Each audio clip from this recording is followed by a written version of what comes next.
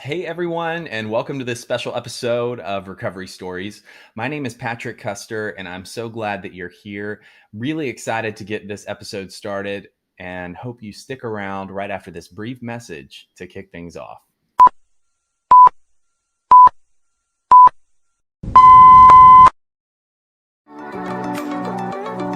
We are live in Love Facebook. where a number of people The opportunity to share. she's one of our own.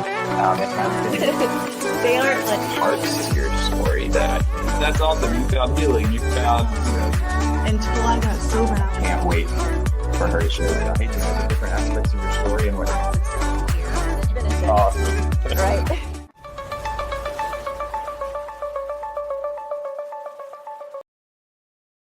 Hi everyone, and welcome to our first installment of our Mental Health Month video series for Recovery Stories. I'm so excited to have Dr. Flora here with me today.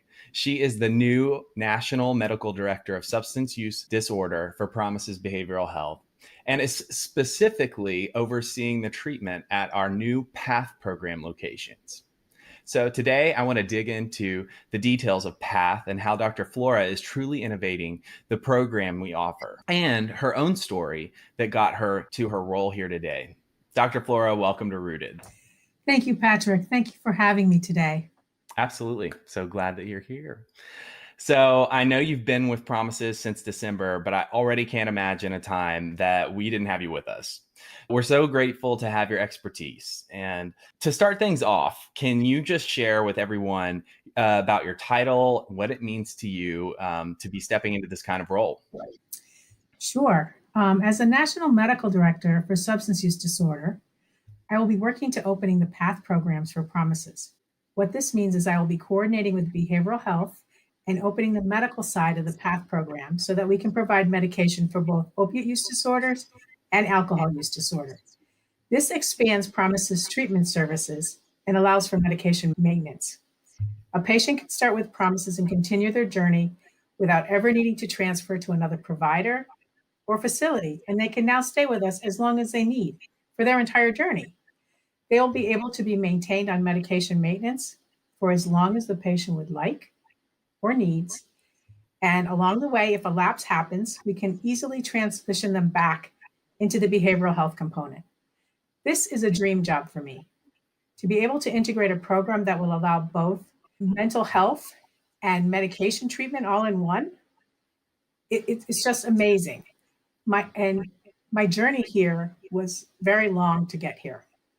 I was a late comer to medicine, and I didn't go to med school until I was 37 and I had 2 kids.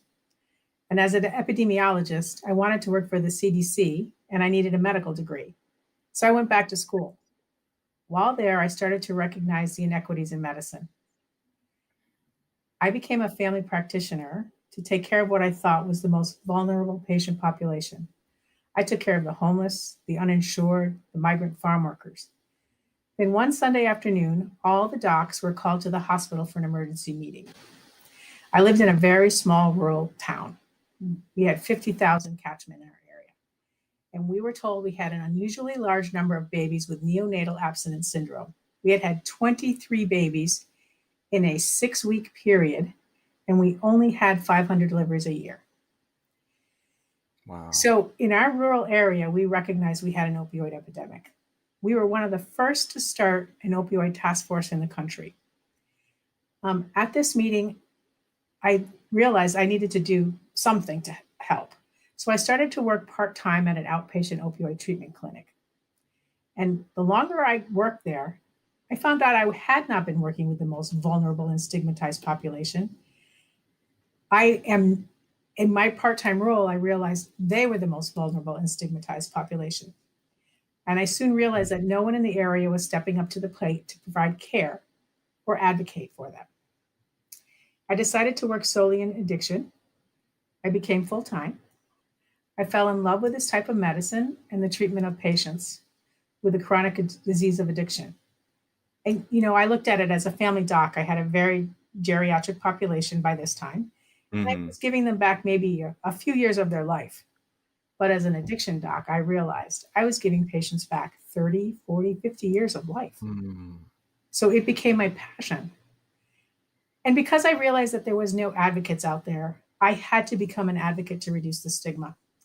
So I became very involved in education in the community. I My message was substance use disorder is a chronic disease, no different than heart disease. It's not a mind over matter. It's no different than diabetes or high blood pressure. It's not mind over matter. We need to treat it the same way and stop stigmatizing patients. I continue to this date to speak to different groups, hospitals, do grand rounds. I had done a radio show for a short time. I continue to speak with legislators in different states. And at one point, I was actually on the Arizona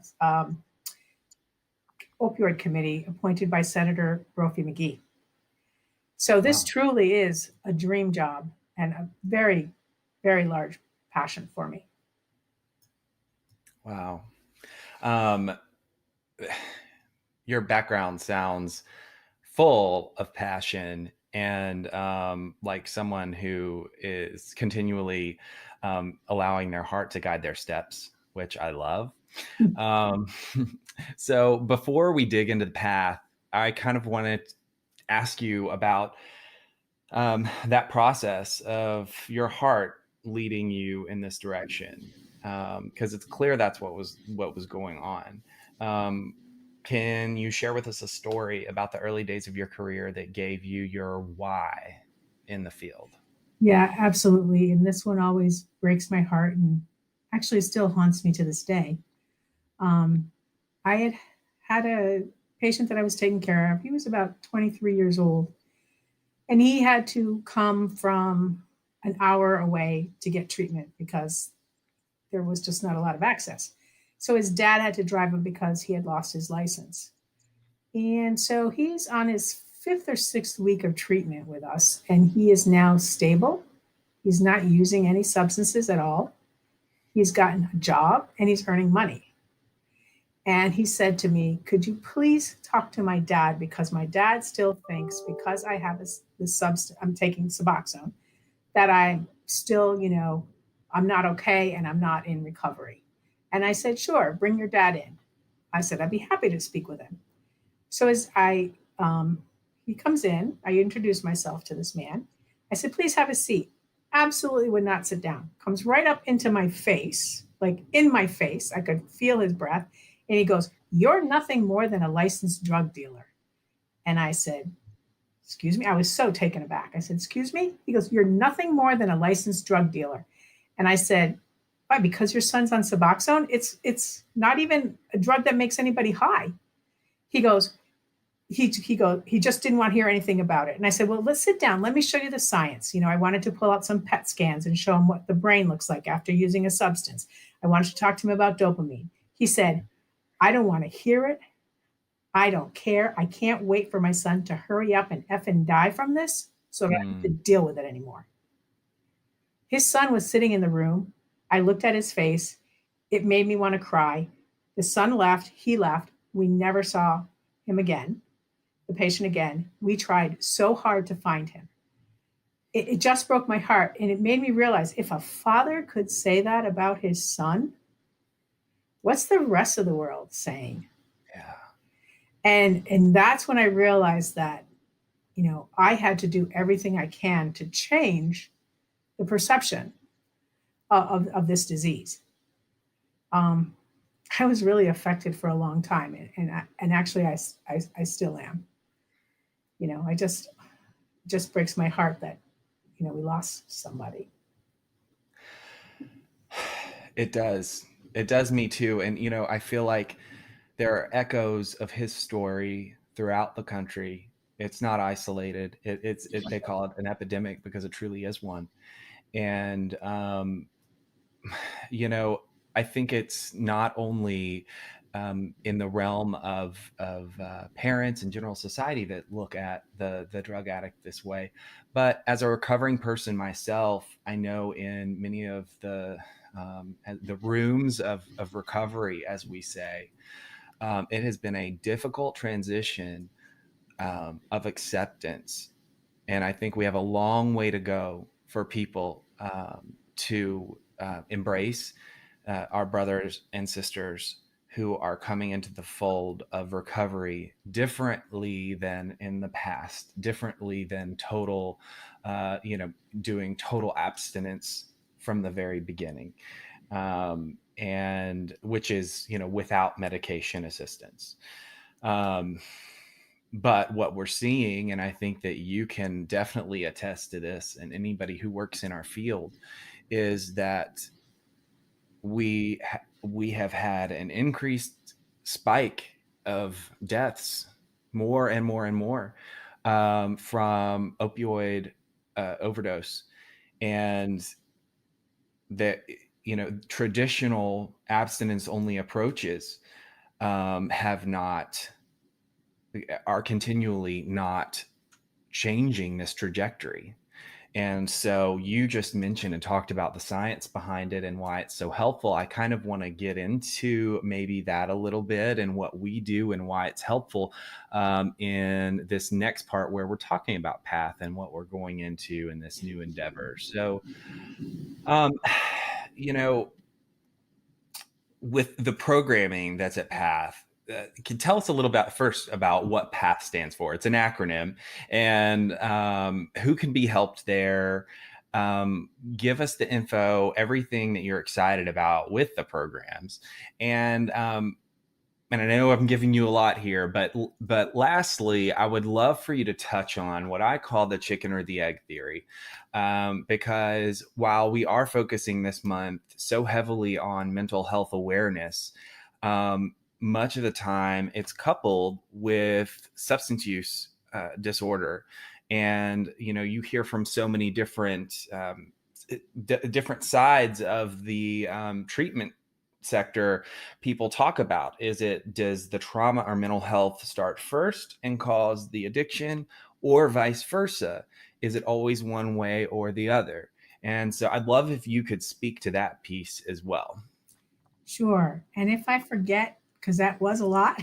Yeah, I'm sorry. Along the way, because sometimes I can get off on a tangent. Okay. But the first thing I want to say is PATH is a very beautiful acronym, providing access to hope. And that just speaks volumes. I mean, because any treatment is hope, and we're providing access to it, and everyone deserves a good life. And at the PATHS program and Promises, we definitely provide a continuum of care or paths that provide hope. We can treat anyone with a substance use disorder, and we can treat anyone with a dual diagnosis. That means a substance use disorder and a mental health disorder. We look at it as one of the things you had said is looking at the science. Well, when you look at a substance use disorder, it's compared to a chronic disease. And so we need to take a holistic approach to both the substance use and the mental health issue. So what do I mean by that? Holistic is defined as a concern with the whole or complete system, rather than dissection into parts. So the whole is greater than the sum of the parts. So we treat the whole person, both the mind and the body. We don't separate out and focus on one symptom in particular. Like, okay, we're going to focus on the substance use disorder, or we're going to focus on depression, or we're going to focus on the diabetes. Even for someone with diabetes, I mean, they have groups for people who can go and get additional help and change their thought process and their mind, when they're looking at the disease. So, I mean, if we're going to treat it as a chronic disease, we need to treat the whole person. So PATH allows us to emphasize the connections between the mind and the body. So we take care of the medical, the body, and the behavioral health, which is the mind. And the two are very intertwined. Substances affect the levels of chemicals in the body, which in turn affects the mind. Because we have two feel-good hormones, and one of them is serotonin, and one of them is dopamine. And we've all heard about Prozac. And so when you're depressed and you take Prozac, which is an SSRI, which is affecting the serotonin, well, what happens is substances affect dopamine. And that's the other one that makes you feel good or makes you appreciate the good things in life. So it also is what kept our cavemen alive, so that they would eat, drink, and procreate. So if you interfere with those, which is a chemical imbalance, which is the body, it of course is going to affect the mental health of the person. And that's how the two come together. So you really need to treat both the substance use so you can start healing the brain and the receptors and the dopamine, but also getting back to your chicken and the egg theory. Mm-hmm. Did the depression happen because the person inadvertently started using substances and then they liked the way it made them feel? And then they are now depressed about the situation they're in? Or is it the other way in that they had depression, anxiety, social anxiety, whatever, and they were using it or severe trauma, and this is the one that I come up against a lot, so that they were using it to self-medicate. Because first of all, there's a stigma, in going to get mental health. You're young, usually when this all happens. People don't necessarily believe you, and it's very hard to get treatment.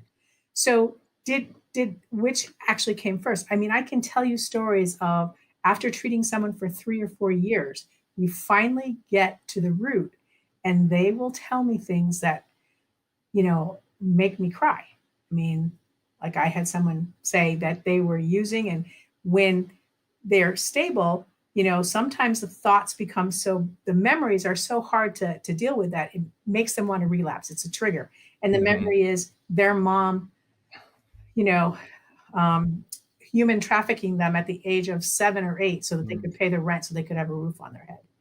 Or men or women telling me about the sexual abuse that they, underwent as a child, and they had nobody that they could talk to about it.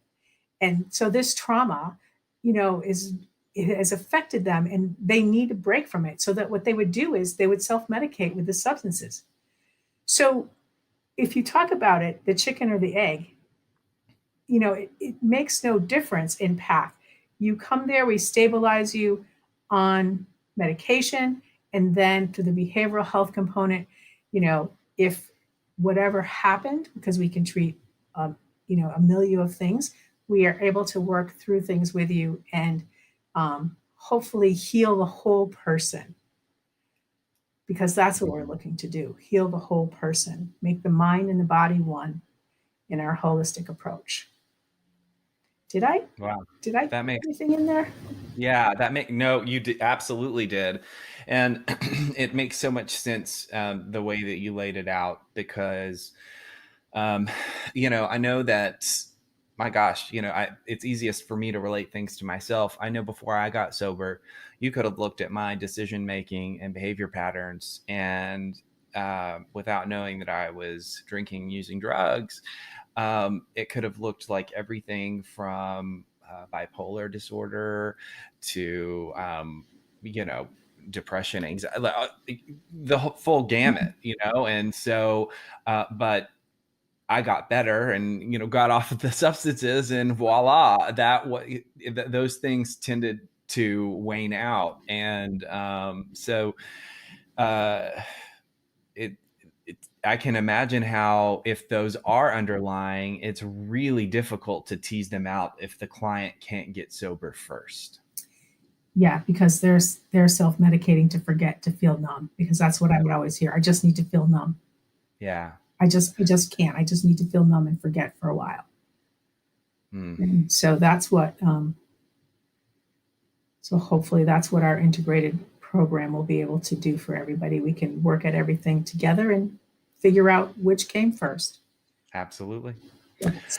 Well, so I know that in addition to the mental health therapeutic offerings at PATH, you specifically oversee medication for opioid use disorder, or MOUD program. Can you explain to our listeners more about what MOUD actually is and why it's beneficial for individuals depending on their treatment plan? Sure. MOUD is the new term now for MAT. We used to use MAT, and MAT stood for Medication Assisted Treatment for Opioid Dependence. The reason why MAT is out of favor, or MAT is what I should say, is out of favor, is that the term implies that the medication plays a secondary role to all the other approaches. while the term MOUD, which, as you said, stands for medication for opioid use disorder, reinforces the idea that the medication is its own treatment form. It's sort of like if you think about diabetes, we have insulin and glucophage. Those are medications. They're not medication assisted treatment. They are medications and they are a treatment form. There are 3 maintenance medications for opioid use disorder. One of them is methadone. There's naltrexone or Vivitrol, and buprenorphine, or what everyone knows as Suboxone. In our MOUD program, we're going to be able to provide both Vivitrol, or naltrexone, which is the generic, and Suboxone, or buprenorphine. Methadone treatment can only be given through a methadone clinic. Very helpful to understand. And so, what mental health aspects does PATH assist with, and who would benefit, and how is this maybe different from 1v1 therapy? So anyone can enter the PATH program from different paths.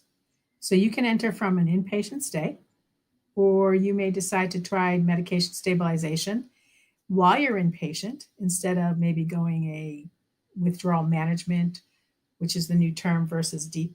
It used to be called detox, and which would lead to abstinence, or you can come in directly from the community. So basically, we can treat anyone with in any way that they come into us, any way that we can, provide them care. Patients can have co-occurring conditions, and like we were just talking about with the chicken and the egg, and we have everybody in place that can help. What's really nice about PATH is that we have groups that people can really get connected with. They can find support. They can see that they are not alone. They can see that they're not, oh, I'm not like the only one that this has happened to. Mm-hmm. So they can find support. They can find comfort. They can find connections in a group setting.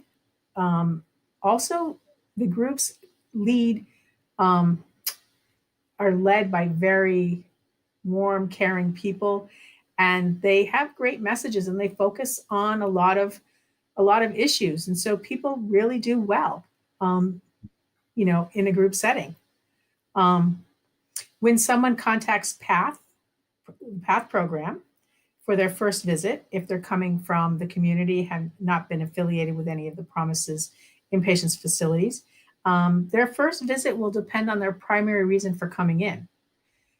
If they're here, if they call up and they want medication to treat their opiate use or alcohol use disorder, they'll come in, they'll meet with it. It's like going to the regular doctor's office. They will meet with a nurse practitioner first. They'll have the program explained to them. The patients will get a complete history and complete physical.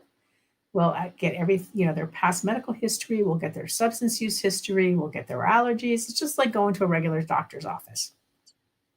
We'll collect a urine screen. We'll talk to them about which medication that they're thinking about and which medication is more appropriate for them. We'll describe how to take this medication, because one is an injection and one is under the tongue or sublingual. And then we'll schedule the next appointments, or even allow for a home induction on Suboxone if someone is not Suboxone naive. But as soon as that appointment is done and they walk there all together and they have their script, then the patient will meet with the behavioral health side, where they'll undergo a biopsychosocial to determine what level of groups they may need to participate in. So the team will meet with all the information and put together a comprehensive treatment plan to provide gold standard of care for the patient. So not everybody that will be in PATH will be on the MOUD side, because they may be in for other issues or other substances that we don't treat because we don't have a medication for it yet. So they'll meet with the behavioral health team and they'll undergo an intake evaluation. It may be found out eventually that they do have a substance use disorder, and maybe we are able to help with that, but they will have a treatment plan as well developed. and their level of treatment of care will be determined. So when they come in, they may find that they may be appropriate for a PHP, an IOP. Maybe they want something a little more structured, and maybe they qualify for like a residential program. But that's the beauty of, go ahead. I'm sorry. I was just going to ask for those who may be listening and don't know. We throw those terms around all No. day long and know easily what they are. But what is the difference between when you say PHP, IOP, and residential? What does all that mean? So PHP is a partial hospitalization program. It runs 2 to 3 weeks. It's usually 5 days a week, and you come in for intensive programming, and it's about 6 hours a day. So you're in with a group, and you're going through different groups. You're in with a group, and you're undergoing different hourly sessions, and it's very intense. And a lot of people find much satisfaction with it. IOP is much less intense. Um, it's an outpatient. Both of those are outpatient programs. So they're living at home during that Correct. time Correct. or supportive housing. Correct. Okay. Now, during COVID, I have to say that, um, there have been, for the partial hospitalization and intensive outpatient program, there have been some programs that have done boarding because, bringing a large group of people in together during COVID was kind of, risky in keeping it apart. So Mhm. what they were trying to do was to make it safe as possible. So they had boarding, which was nice.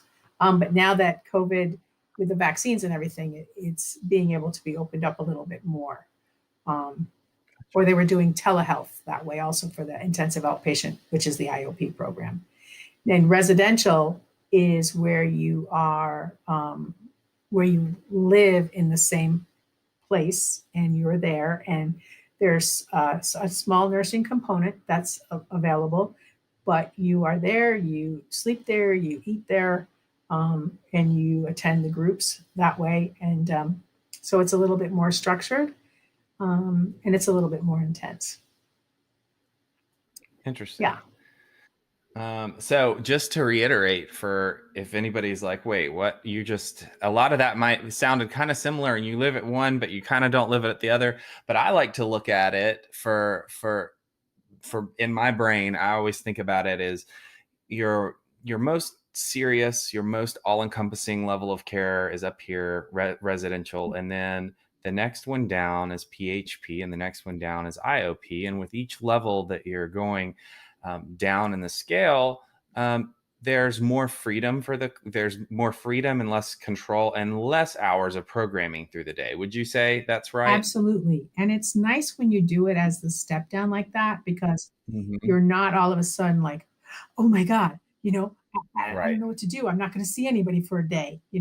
So it's very nice the way it allows you to come into it gradually, get confidence in that, in that you're relying more and more on yourself. And so that's really nice because they're developing the strength within to be able to take care of themselves when they do finish all the programming. That's right.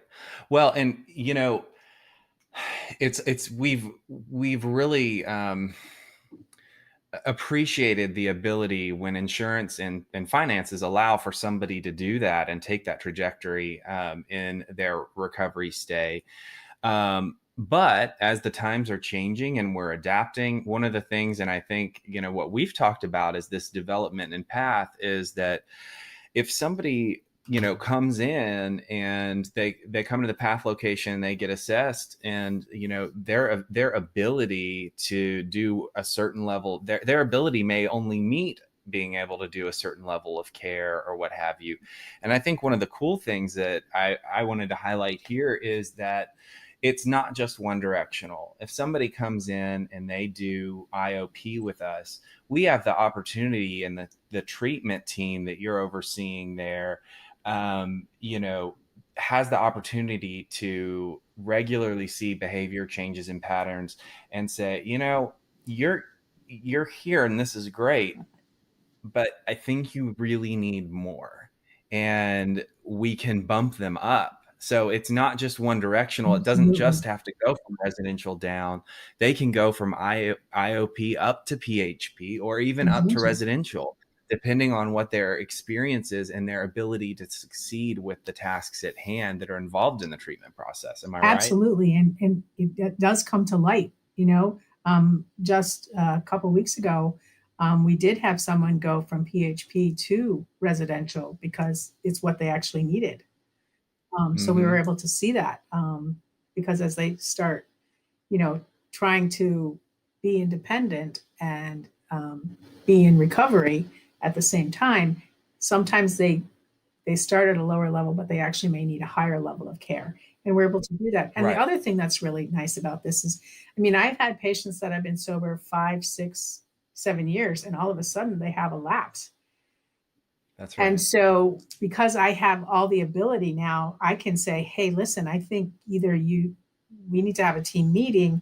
And what do you think is best? Would you benefit from an IOP, a PHP, or do you think maybe a little break, in residential for a while, maybe what you need to get you back on track? Mhm. And I've seen people take PHP, I've seen them take IOP, and I've had one or two actually come into detox and then go to residential because they know what it's like to be sober, and that lapse they realize that they really need to work on the triggers of what caused that, Mhm.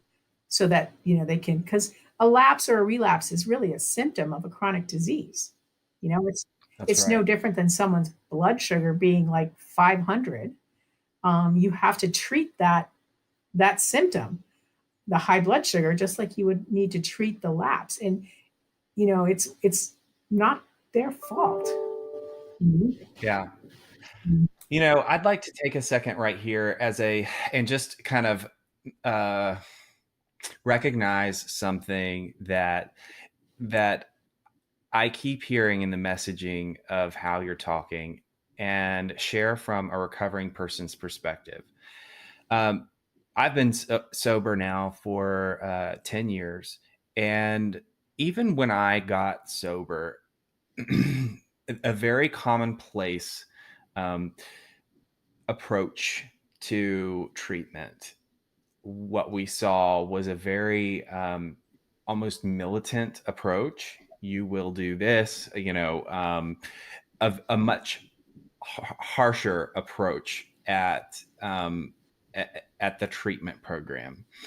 And something that I continue to hear in your rhetoric and how you're describing your um, interaction and treatment process with the clients is something different.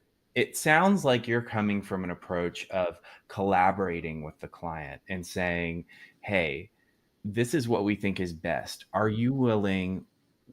Also, where are you with this? Where are you with your level of um acceptance, and how far can your feet take you at this point?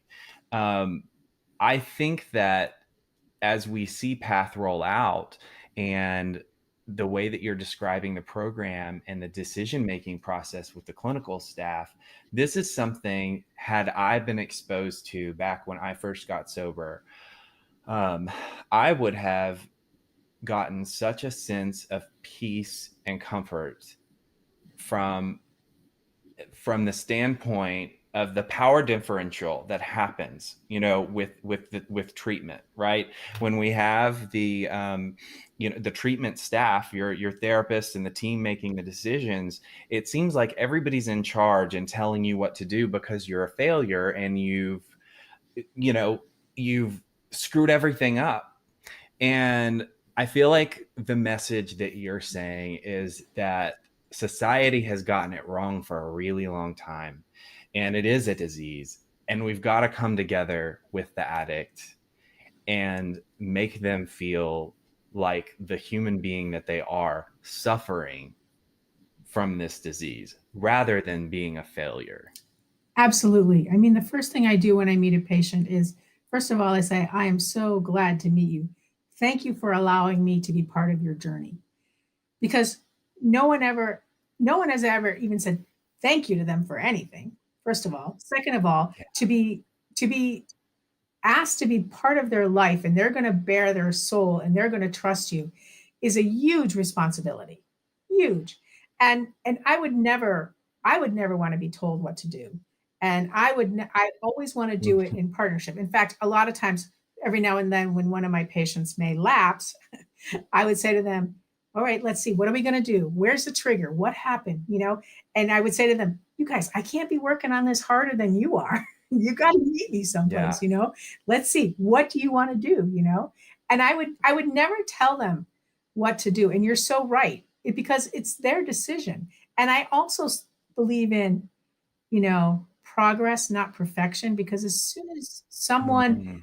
makes a slip, I mean, they feel bad enough on them by themselves. They would come in and they would be so sad. And, so I disappointed you. I'm like, you didn't disappoint me. It's part of the disease.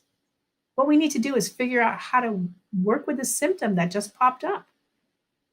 So, it would almost sometimes make me feel bad that they would tell me that they were upset that they disappointed me, because I didn't. I tell them, I don't expect you to be perfect, because if I was perfect, I wouldn't be here. I'd be up in heaven right now. I wouldn't be around. But Right.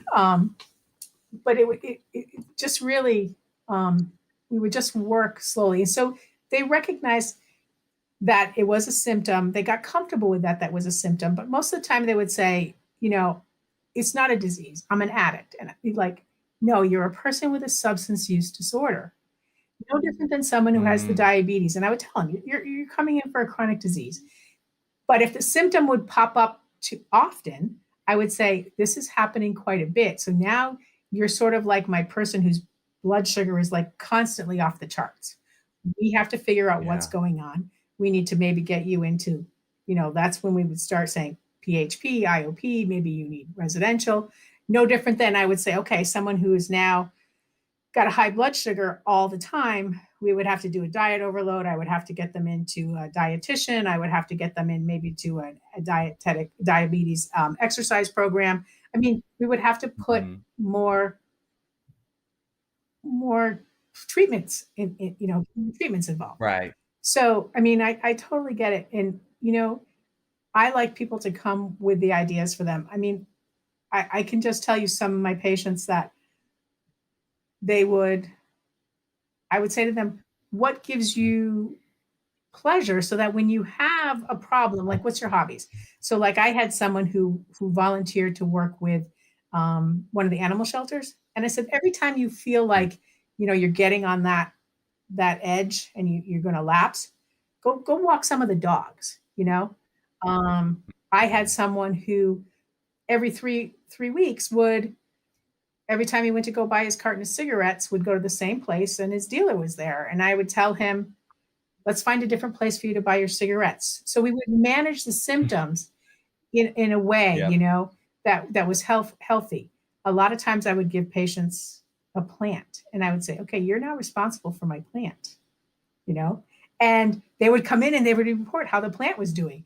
And I remember I had one young kid come in and he goes, I always put the plant out on the outside during the sun. He goes, I didn't know we were getting a frost and I killed your plant. And he was so sad. And I said, I'll just give you another one. See, we learn things from, by living. And so we're able to take that and, Yeah. and use that. So, yeah, it's, we have to change the way we think about this disease. We have to think about the way we treat people. Yeah, you're so right. Well, talking about that change and all the different things that are encompassed in this, which is such a unique opportunity. With the pandemic, I remember when everyone, including our team at Promises, was pivoting to telehealth. Even my alumni department. I mean, we like everything went to telehealth, right? And Zoom and all that, trying to do the best that we could to give people confidence in residential treatment. Now, it feels like these hubs that we're talking about, similar like Path, are really being cemented into our communities and are creating one-stop shops for anybody that needs support. So can you share with us what we might see or where we might see these path locations popping up in this next year? Yes, so we have one right now in Worcester, Mass. That was our first one, and it's doing extremely well. We're very pleased. We have 2 nurse practitioners there, and they're really loving it. We are opening our second one in Nashville in May, and it's slated around May 24th, which I'm really excited about. Yeah, so I'll be spending Yay. some time in Nashville. We're going to be opening up in Texas, which they will be part of the Right Step residential programs in the Brazos facilities. Brazos, I hope I say this right, Brazos Valley facilities. We're also looking to Yep. open up programs in Florida and Philadelphia. Philadelphia, hopefully by the end of the year as well. I think in Florida also. So it's so great and exciting to be opening up all these new PATH programs, because when you think about it, what we're doing is we're increasing access to comprehensive care for patients. So it's just phenomenal that we're able to do this. It really is. And I know I'm excited because boots on the ground here in Nashville, I'm going to be able to help with some of that coming up here over the next few weeks. So, and I'll be excited to get to see you in person. So, it doesn't sound like you're going to be busy at all for the rest of the year. You've obviously got your work cut out for you. So, it's clear as we've been talking that, I mentioned at the beginning and, you shared a story that you have a true, genuine passion for addiction care all the way since your time as a family physician. What would you say continues to keep you motivated today? And is there an example, a story that you kind of go back to, a time that keeps you grounded in what you're doing today? Yeah, I mean, I have so many patient stories, and so many of them, I mean, have been able to get their kids back, get degrees, start companies, go to grad school, just amazing things. But there's one in particular that I always get very emotional with, because his story is really amazing. He was 32 when he came to see me, um, and he was homeless. His family had disowned him, and he had overdosed 18 times, and he had counted them up, and he knew, and he was in the ICU for 4 days, and he wasn't supposed to live. They didn't think he was going to come out of it, and he did. And he came into the office, and he was like, listen, he goes, I almost died. This is sort of like it for me. I don't know what else to do. And so I started talking to him. We were able to get him stable on medication. And then through care coordinator and some of the programs that we knew, we were able to help him get into a shelter. And from a shelter, we were able to help him get a temporary job. And we started talking to him about saying, okay, because whenever I see anybody, I have them put a list of goals together, and we try to like work down them slowly. And so we're coming to the point where he needs to make amends with his family. And so I said, go talk to your dad, go talk to your brother, let them see how well you're doing. And he did. And his dad said, listen, why don't you, move in with me? You can save some money on some rent, and you can, save up for stuff, get a car and things like that. So he did. And he had a great relationship with his dad, and he was doing really well in recovery. And we're at now 2 years out. And he had gotten hired on at the temporary place that he worked. And he came into me, and today he said to me, Doc, today I applied for my dream job. And I said, oh yeah, what was it? What is it? He goes, it's a job that's management. He goes, it has 2 weeks paid vacation. I have never been paid to be on vacation before. He goes, it has a 401k plan. I can save money up for my retirement. He goes, I will have like health insurance, like real health insurance. Not that some health insurance isn't real, but to him, that was a really big deal. He goes, I've got my car now. He goes, I'm going to be managing people. I can influence people. And I was like, in my head, I was like, okay, this is great, but I'm worried what happens if he doesn't get it, because that could be a really big fall. So I said to him, I said, I said, that's really great. I'm glad you applied for it. I said, but I just want to let you know, don't be disappointed if it doesn't happen, because I said the first time I applied for a management job, I didn't get it. What they wanted to see was that I was going to work harder so that I could prove to them that I was management material. So if that happens, I want you to work harder. He goes, yeah, I understand. I get it. So 2 weeks later, he comes back in to see me, and now he's really, really somber. And I said to him, I said, as we're sitting down, I said, oh, did you hear about the job? He goes, yeah, I heard about the job. And he's like really quiet. And I said, and sad looking. And I said, oh, you didn't get the job? He goes, no. He goes, I got the job. And I'm thinking, he got the job. He went out, he relapsed and partied, and he's really upset. And I said, okay. I said, so why are you so somber? Bursts into tears. Tears are running down his face. And he goes, my dad told me something I never thought he would say to me. And I said, what was it? He goes, I am proud of you, son. He said he has never told me that he was proud of me. And he hasn't called me his son since I was 7. And he just sat there and cried. And he made such an impression on me because, something like a job, most people would take for granted. Yeah. But this, and I always compare back to the other father that I had to deal with, and I'm like, this is a father, and we just sat there and we both cried, actually. But, he keeps me going, as well as the loss of the other patient keeps me going. Yeah. That's a beautiful story. And oh gosh, it reminds me so much of the importance for those of us in recovery, no matter how far along the road we get in life, staying sober, that keeping our gratitude alive for the most simple things in life is so very important.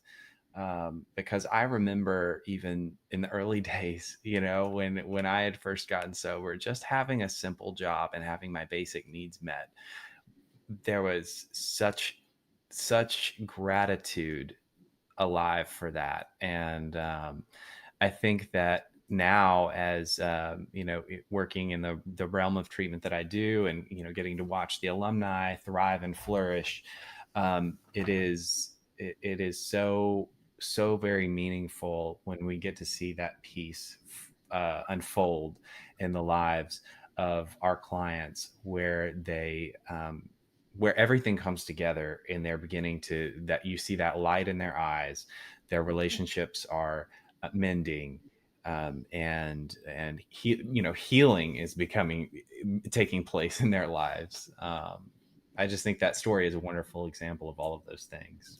So thank you for sharing that. So, okay, we're almost out of time. And I want to do this thing we're doing on each of our episodes, 3 rapid fire questions, asking the same ones to all of my guests on Recovery Stories this month. So are you ready? I'm ready. All right. What book or movie did you just get through, love, and immediately have to share with a friend? Okay, so don't laugh at me. But every Christmas, I have to watch Love Actually. Oh, well, I'm not going to laugh at you because we do too. My husband has a hard time sometimes sitting through it for the 100th time, but he's always like, why do you like that? I'm like, look at all the relationships, look at all the different levels, look at all, how they all intertwine and how everybody comes together. It's just an amazing movie that warms my heart all the time. It is. I love that. All right. What ordinary, peaceful moment in your life makes you take a deep breath and feel centered and grateful? Every morning when I look at the sunrise, and things are just, the light is just illuminating the sky, and it just seems like, you don't know what the day is going to hold, and it just brings a lot of peace. Wonderful. I love that. All right. And lastly, what is something you wish everyone knew about mental health care? I wish that people would treat mental health the same way, and think about it the same way as you would treat high blood pressure. Mm, It's something that should be integrated into primary care settings. Um, and it's been shown that when mental health services are available within the primary care settings, it helps to normalize the experience of mental illness as another health concern and not stigmatize it. I mean, you go to your doctor, you've got a problem, you just go and you tell them and they help you. yeah. It's no different than anything else. So I wish people understood what mental health is and what it's not. And I think people need to speak with more respect about mental health and recognize that the stigma that they're putting on people who may have a mental health, illness Yeah. may make the person feel less than or damaged or abnormal, and then people won't go get treatment. They'll avoid life-saving treatment.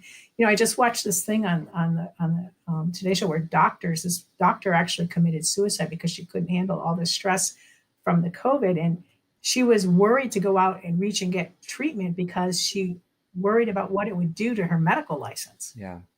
They always ask us, have you had any of this? Have you had it? And they don't ask me if I have high blood pressure.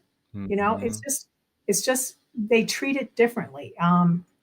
So I think what we need to do is we need to start destigmatizing mental health and mental health treatment and just make it no different than having high blood pressure.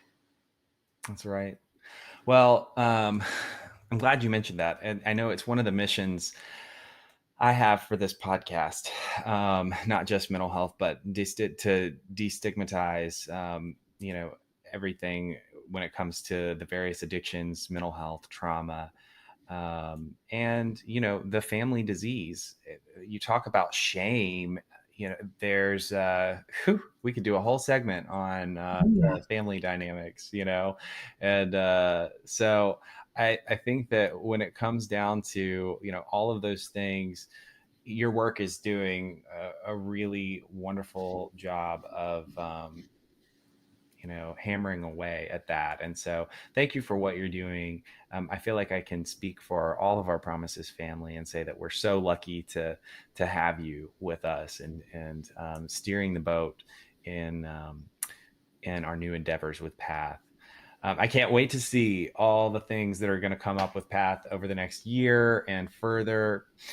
For those of you who are tuning in, if you'd like to reach out to Dr. Flora, you can do so at the email that we've got attached below, or you can go to the Promises Path website that we also have attached.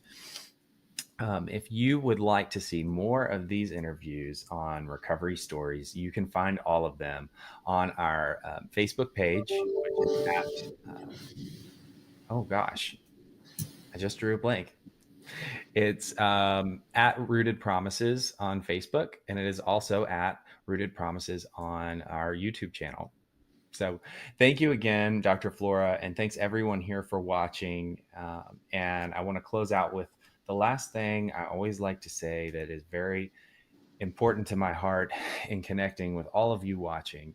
And that is that you are only one decision away from a completely different life. And it is never too late to start loving yourself. So with that, thanks again, Dr.